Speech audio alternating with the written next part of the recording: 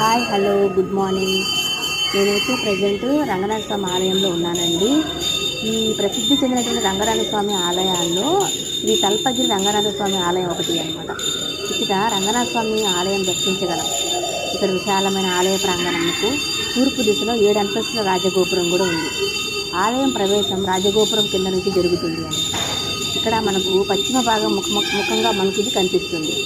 ఆలయంలో పశ్చిమ వైపున పెన్నా నది ప్రవహిస్తున్నది. దీనిని పినాకిని నది కూడా అని పిలుస్తారు.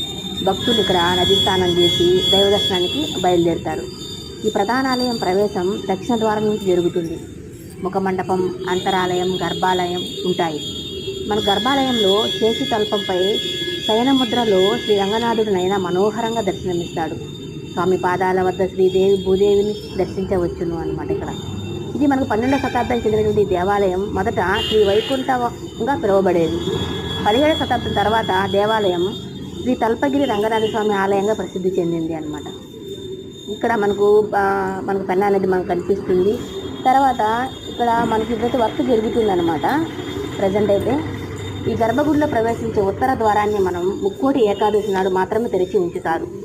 శ్రీ తల్పగిరి రంగనాథ స్వామికి ప్రతి సంవత్సరం మార్చి లేదా ఏప్రిల్ నెలలో బ్రహ్మోత్సవాలు కూడా మనం నిర్వహిస్తారు. ఈ దేవాలయంలోని అద్దాల మండపం ఇక్కడికి వచ్చే భక్తులను విశేషంగా ఆకర్షిస్తుంది. ఈ అద్దాల మండపంలో సీలింగ్ చిత్రించిన శ్రీకృష్ణుని తైల వర్ణ చిత్రం మన ఎటువైపు నిలబడి చూసినా మన వైపే చూస్తున్నట్లుగా మనల్ని మంత్రముగ్ధుల్ని చేస్తుంది అన్నమాట.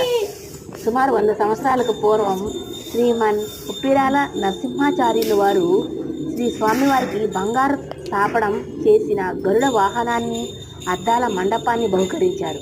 ఈ గోపురంపై అనేక దేవత విగ్రహాలు మనం ఇక్కడ చాలా అందంగా తీర్చిదిద్దారు అన్నమాట.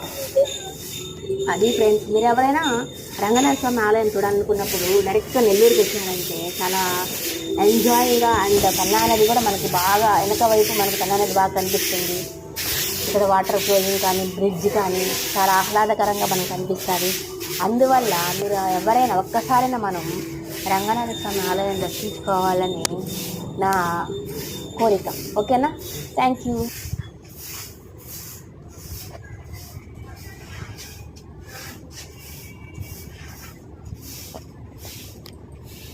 అది నేను ఆఫ్ ఆఫ్